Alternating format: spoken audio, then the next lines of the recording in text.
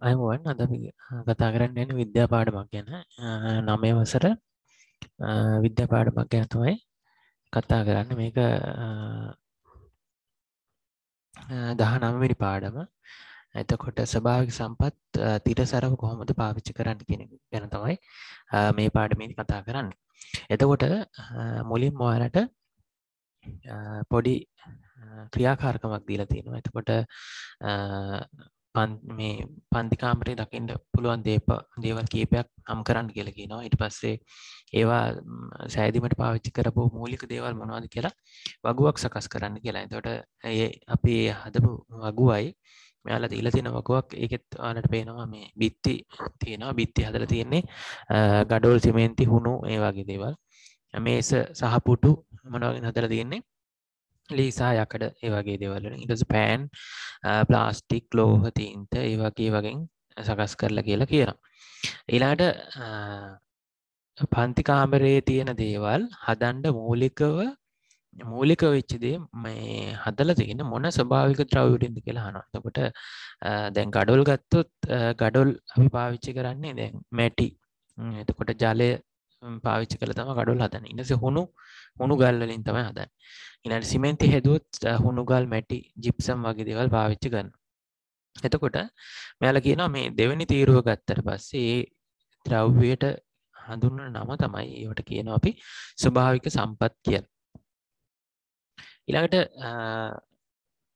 ස්වභාවික සම්පත් කියන්නේ මිනිස් ක්‍රියාකාරකම් වල බලපෑමක් නැතුව ස්වභාවිකව ක්‍රියාකාරීත්වය තුලින් නිපදෙච්ච දේවල්. එතකොට මූලික ස්වභාවික සම්පත් කීපයක් තියෙන එකක් තමයි ජලය, ඛනිජ හා පාෂාණ, ඊට පස්සේ ශාක, දැව ඒ වගේ දේවල් අපිට ගන්න පුළුවන්. ඊළඟට මම කියනවා ස්වභාවික සම්පත් අනාගත පරපුරට භාවිතා කිරීමට අවස්ථාව සලසා දීම ස්වභාවික සම්පත්වල තිරසර භාවිතය කියලා හඳුන්වනවා. ඒ කියන්නේ ස්වභාවික සම්පත් අනාගත පරපුරටද භාවිත කිරීමට අවස්ථාව සලසා දෙන එක. ඊළඟට අනුමාත්‍රිකාවක් විදිහට ජලය ගැන කතා කරනවා. එතකොට මිනිහෙකුට වාතය නැතිව මිනිත්තු කිහිපයකට වඩා ජීවත් වෙන්න බෑ කියනවා. ඊට පස්සේ ජලය නැතිව සතියකට වඩා ජීවත් වෙන්න බෑ කියලා කියනවා.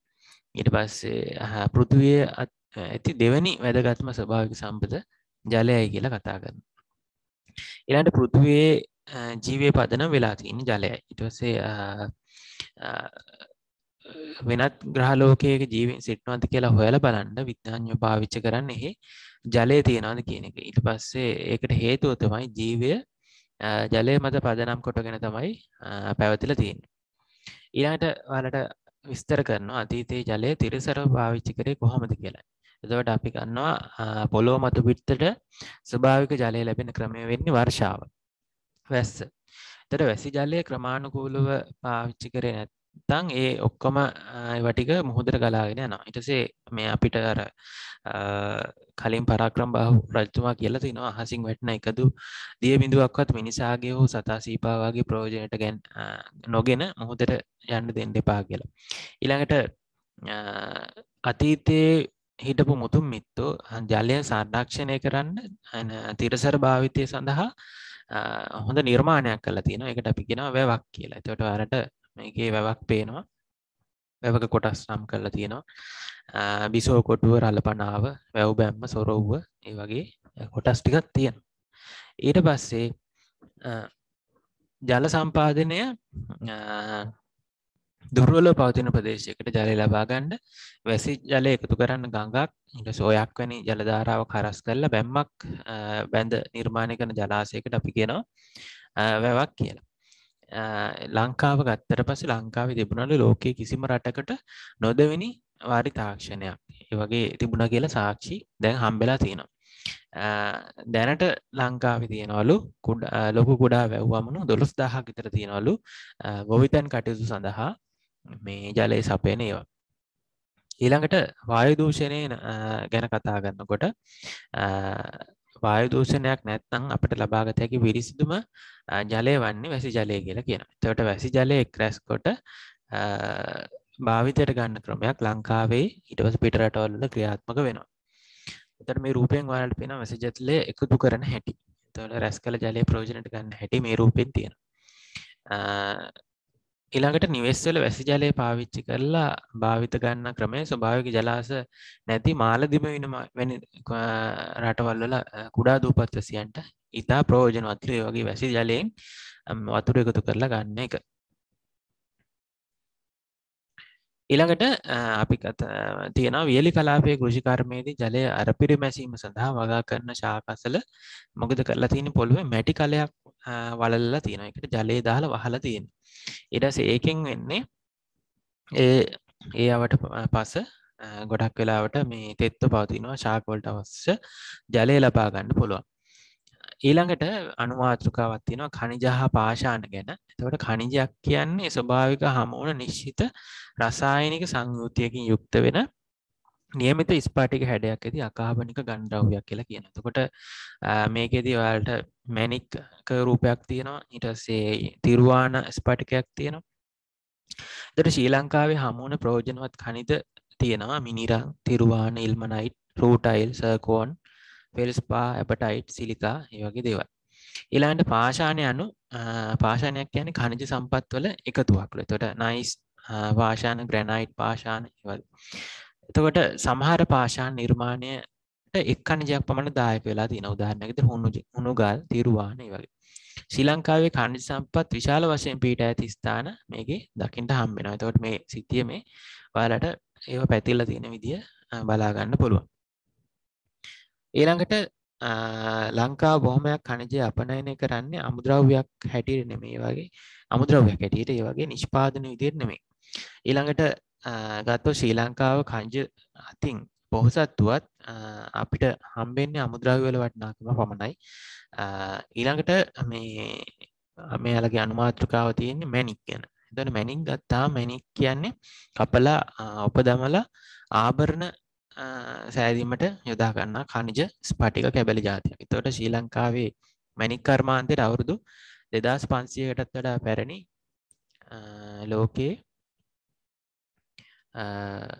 දැනට හඳුනාගෙන තියෙන 200ක් පමණ වෙච්ච මැණික් වර්ග තුලින් 70ක් පමණ අපේ කුඩා ශ්‍රී ලංකාවේ තියෙනවා. එතකොට ශ්‍රී ලංකාවේ ආර්ථිකයට මැණික් වලින් විශාල දායකත්වයක් හම්බ වෙනවා. ඉතින් ශ්‍රී ලංකාවේ ජාතික මාණික්කය විදිහට නීල මාණික්කය නම් කරලා තියෙනකට අපි ඉංග්‍රීසියෙන් කියන බ්ලූ සැෆියර් එකක් කියලා. ඊළඟට උසස් මාදිලියේ විශාල ප්‍රමාණයක ස්වභාවික වර්ණයේ සැති නිල් මැණික් ලෝක වෙළඳපොළට සපයන රටක් විදිහට ශ්‍රී ලංකාව ගන්න පුරුවන්.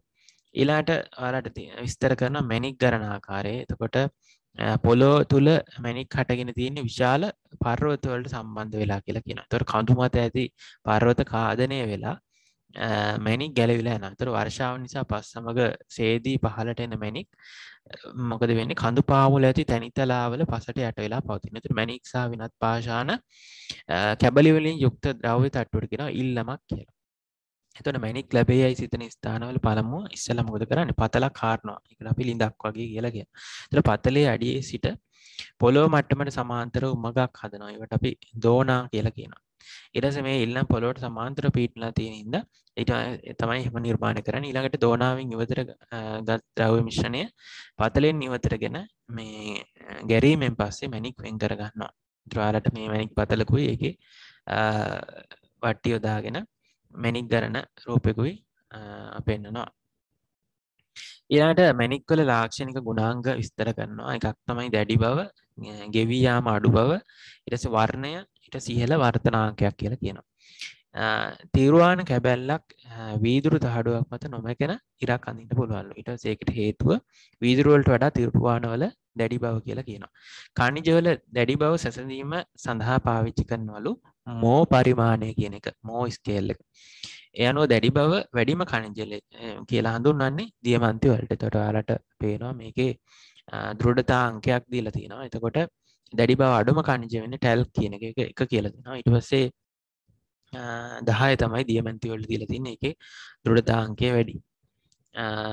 ඊට පස්සේ උදාහරණ විදිහට ඔයාලට දීලා තියෙනවා නියපොත්තක දෘಢතාව 2.2 කියනවා. නියපොත්තක් සීරීමට හැකි ඛනිජ වර්ග දෙකක් නම් කරන්න කියලා කියනවා. එතකොට ඒ වගේ විස්තර කරලා තියෙනවා. එතකොට ශ්‍රී ලංකාවේ හමුවන නිල් මැණික්, රතු කැට, පුෂ්පරාග, පද්මරාග යන මැණික් අයත් වෙන්නේ කොරන්ඩම් ගණයට. ඊළඟට කියනවා දැඩි බව හින්දා මැණික් පහසුවෙන් ගෙවී යන්නේ නැහැ. ඒතකොට යාන්ත්‍රික ඔරලෝසු වල බෙයාරින් වලට මැණික් පාවිච්චි කරනවා කියලා කියනවා. එතන ගෙවී යන එක අඩු හින්දා. ඊට පස්සේ ඔයාලට පෙන්නනවා මෙතන ඔරලෝසුවක මේ මැණික් පාවිච්චි වෙනවා. ඊළඟට විවිධ වර්ණ වලින් යුත් මැණික් පොළවෙන් හමු වෙනවා. මැණික් වල වර්ණය ලැබිලා තින්නේ ඒවා පොළොව තුල හට ගන්න අවස්ථාවේදී ඊට එක්ක අංශු මාත්‍ර අපද්‍රව්‍ය හින්දා කියලා කියනවා. මැණික් වල වටිනාකම වැඩි වීමට වර්ණය හේතු වෙනවලු. එතකොට අපද්‍රව්‍යයක් එක්වීම නිසා යම් දෙයක වටිනාකම වැඩි වූ දුර්ලභ අවස්ථාවක් කියලා මේක විස්තර කරනවා. ඊළඟට විද්‍යාත්මක පර්යේෂණ මගින් මැණික් හඳුනා ගැනීමේදී ඒකෙදි වර්තනාංකය පාවිච්චි කරනවා. එතකොට පාරදූෂ්‍ය මාධ්‍යයක ඉඳලා තවත් පාරදූෂ්‍ය මාධ්‍යයකට ආලෝක කිරණ ඇතුළු වෙනකොට ඒවායේ ගමන් මාර්ග මොකද වෙන්නේ? වෙනස් වෙනවා. එම වෙනස් වීමේ මිනුමක් ලෙස වර්තනාංකය හඳුන්වන්න පුළුවන් කියලා කියනවා. එතකොට ද්‍රව්‍ය ගත්තට පස්සේ ඔයක වර්තනාංකෙත් එක්ක දීලා තියෙනවා. දියමන්ති වල වර්තනාංකය 2.4ක් කියලා කියනවා. ඊළඟට මැණික් වල වර්තනාංක ඉහළ ඉඳලා කපා උපදැමුවට පස්සේ උපදැමු මැණික් තුලට ඇතුළු වන ආලෝකය ඒ වතුර නැවත නැවත පරාවර්තන වෙනවා. ඒකට අපි ඒකින්ද තමයි මේ මැණික් වලට දිස්නයක් හම්බෙන්නේ. එතකොට අමතර දැනුමට ඔයාලට මේ වගේ රූප ටිකක් දීලා ඒවා විස්තර කරලා තියෙනවා. මේ තියෙන පසින්ගල්, වෛරෝඩි, ඊට පස්සේ ආරුනෝල් ඒ වගේ කියලා විස්තර කරනවා. ඊළඟට මැණික් ඉතා අලංකාරුවත් මැණික් කර්මාන්ත නිසා මිනිසාට ඊට පස්සේ පරිසරයට ගැටලු ගොඩක් ඇති වෙලා තියෙනවා. එතන මැණික් කර්මාන්තය ආශ්‍රිත ගැටලු ටිකක් විස්තර කරනවා. අක්‍රමවත් ලෙස පතල් හැරීම නිසා පාංශු ඝාතනය වෙනවා. ඊට පස්සේ මැණික් ගැරීම සඳහා ස්වභාවික ජලාශාදිය පාරවල් යොදා ගන්න හින්දා ඒවායේ මඩ තැන්පත් වෙලා ජලය දූෂණය වෙනවා. ඊට පස්සේ එකම ප්‍රදේශයක පතල් ගොඩක් කපන හින්දා ප්‍රදේශය ගිලා බසින්න පුළුවන්, නායෑමට ලක් වෙන්න පුළුවන්. ඒ වගේ ගොඩාක් ගැටලු ටිකක් විස්තර කරලා තියෙනවා. ඊළඟට ශාක ගැන කතා කරනවා අනුමාත්‍රකාවක් විදියට. එතකොට මේකෙදී ශාක ගොඩාක් වැදගත් කියලා කියනවා. එතකොට මේ ශාක වලින් අපිට හම්බෙන දේවල් මේ ගහේ මේ විදියට ලියලා දාලා තියෙනවා. එතකොට ශාක මගින් මිනිසාට ලැබෙන ද්‍රව්‍යමය ප්‍රතිලාභ මොනවද කියලා අහනවා. ද්‍රව්‍යමය නොවන ඒවා මොනවද කියලා අහනවා. මේකේ දක්වලා නැති ප්‍රතිලාභ මොනවද කියලා අහනවා. ඊට පස්සේ ඇතම් කාර්ය සඳහා විශේෂිත ශාක වර්ග තියෙනවා. ඊට පස්සේ එවැනි ශාක පිළිබඳ තොරතුරු කීපයක් දක්වනවා. එතකොට මේ තියෙන ආහාර සැපීමට වෙනම ශාක වර්ග, පාන වර්ග, ඉන්ධන සැපීම මේ වගේ හැම දෙයකටම ශාක අවශ්‍ය වෙනවා. ඊළඟට දැව කියලා මාතෘකාවක් තියෙනවා. එතකොට පැරණිතම ඉදිකිරීම් ද්‍රව්‍ය දැව කියලා කියනවා. එතකොට ස්වභාවිකව ප්‍රතිචක්‍රීකරණය වන ඊට පස්සේ පුනර්ජනනීය වන එකම ගොඩනැගිලි ද්‍රව්‍ය දැව කියලා කියනවා. දැව සතුව පවතින විශේෂ ලක්ෂණ තමයි කල්පවත්ම තාපයට විදුලියට අප්ඩේට් ඔරොත්තු දෙන එක. ඊළඟට වෛර මහ වර්ණ හේතු විවිධ අලංකාර මෝස්තර නිර්මාණය කරන්න පුළුවන්. අතීතයේ ලංකාව මේ දැව වලට ගොඩක් ප්‍රසිද්ධයි. එතකොට වියලි කලාපේ කළුවර, බොරුත, කළුමැතිරිය ඒ වගේ දැව තිබිලා තියෙනවා. ඒතර විදේශිකයන් විසින් ගෘහ භාණ්ඩ නිපදවන්නට විශාල වශයෙන් පාවිච්චි කරනවා. දැව ප්‍රමාණය උපරිම කාර්යක්ෂමතාවක් සහිත පාවිච්චි කරන්න ඕනේ. ඊට පස්සේ දැවවල වර්ගවල විවිධ භාවිත සඳහා අවශ්‍ය වන දරා ගැනීමේ ශක්තියට අනුකූලව සුසු දැව වර්ගය තෝරා ගන්නකොට අපිට ආර්ථික වාසි ලැබෙනවා. එතකොට ඒ සඳහා අපිට තිරසර දැව භාවිතයට පිවිසෙන්න පුළුවන්. ශ්‍රී ලංකාවේ දැව විවිධත්වය ගොඩක් වැඩිලු. ඊට පස්සේ දැව ලබාගත හැකි ශාක 400ක් පමණ තියෙනවා. එතන මේ තියෙන්නේ රාජ්‍ය දැව සංස්ථාව සතු ශ්‍රී ලංකාවේ දැව වර්ග 250ක තියෙනවලු. මේ සැටින්වුඩ්, නැදුන්, කොළොන්, කුඹුක්, අඹ මේ වගේ විස්තර කරලා තියෙනවා. ඊට දැව වර්ගවල විශේෂ භාවිතා කරනවා. එක් දැව වර්ගවල ගති ලක්ෂණ අනුව ඒවා සුවිශේෂ අවස්ථා සඳහා යොදා ගනු ලබනවලු. එවැනි අවස්ථා සඳහා නිදසුන් කීපයක් තමයි මේ තියෙන්නේ. එතකොට ශක්තිය කල්පැවැත්ම ඔපේ හින්දා කොස් පාවිච්චි කරනවලු නිවසක දොරවල් සඳහා. සැහැල්ලු බව හින්දා ලුණු මෙදෙල්ල සිවිලි ලෑලි සඳහා පාවිච්චි කරනවා. එතකොට ඍජු කඳක් තියෙන හින්දා පානක්කා දැවය කුඩ මිට තෑදීමට පාවිච්චි වගේ විස්තර කරලා තියෙනවා. ඊළඟට මේ ලී පාලම් වගේක් ඔයාලට දීලා තියෙනවා අමතර දැනුමට. එතකොට මේ වගේ පාලම් වලටත් දැව තමයි පාවිච්චි කරලා තියෙන්නේ. ඒ වගේ කල්පැවැත්මක් තියෙනවා. එතකොට මේ බෝගොඩ ලී පාලම නිර්මාණය කරන්න කොස්සා කුඹුක් දැව භාවිතා කරලා තියෙනවා. එතකොට ලී යන තමයි මේක නිර්මාණය කිරීමට සම්බන්ධ කිරීමට පාවිච්චි කරලා තියෙන්නේ. ඊළඟ දැව දි รา පත් වීම ගැන කතා කරනවා. ඊට පස්සේ දැව අභ්‍යන්තරයේ දිලීර වර්ධනය වෙනවා. ඊට පස්සේ මේ දිලීර ශ්‍රාවය කරන එන්සයිමල් ක්‍රියාකාරීත්වයෙන් දැව ඇති සංකීර්ණ කාබෝහයිඩ්‍රේට් බිඳ හෙලීම නිසා දැව දි รา පත් වෙනවා. එතකොට දැව දීලීර අභ්‍යන්තරේ වසර ගණනාවක් උනත් තියෙන්න පුළුවන්. ඊට පස්සේ හිතකර තත්ත්වයක් හමු වුණාට පස්සේ ඒක වර්ධනය වෙනවා. හිතකර තත්ත්ව වෙන්නේ ඔක්සිජන් තෙතමනයේ පෝෂ්‍ය ද්‍රව්‍ය. ඒතර ඒවා හම්බුනාට පස්සේ මේ දිලීර වර්ධනය වෙලා දිරාපත් වීමට පටන් ගන්නවා. ඊට පස්සේ ඇතම් සෛල තුල ආහාර ගබඩා වෙලා තිනවා. ඒ ආහාර සොයාගෙන එනවා වෙයියෝ ගුල්ලෝ වගේ සත්තු මොකද කරන්නේ? විනාශ කරනවා මේ දැව. ඊට දැව විරාපත් වීම වැළැක්වීමට ගොඩක් ක්‍රම පාවිච්චි කරනවා. එතකොට මේ දැව ආරක්ෂණ ක්‍රම පාවිච්චි කරලා තිනවා. මේකේ ඔයාලට පේන්නේ කරවල ගසක එලය හා අරටුව කියන කොටස තමයි මේ ඔයාලට මේකේ දකින්න හම්බෙන්නේ. එතකොට දැව දිරාපත් වීම වළක්වා ගන්න කොහොමද කියලා විස්තර කරනවා. එතකොට එකක් තමයි දැව තුළට තෙතමනය ඇතුළු වීම වළක්වා ගන්න ඕනේ. ඊට පස්සේ දැව පදම් කරන්න ඕනේ. දැව ආරක්ෂණ රසායන ද්‍රව්‍ය පාවිච්චි කරන්න ඕනේ. දැන් තෙතමනය ඇතුළු වීම වළක්වන්න පාවිච්චි කරනවා තීන්ත වැනි ද්‍රව්‍ය ආලෝප කරනවා. දැව පදම් කරන්නත් පුළුවන්. එතකොට පාලනය කළ තත්ත්වයට සෙමින් වියලීමට සැලැස්වීමෙන් දැව පදම් කරනවලු. ඊට පස්සේ ජල ප්‍රශ්‍යතය 120ට වඩා අඩු කරපුවාම දැව කල් තබා ගන්න පුළුවන් කියලා කියනවා.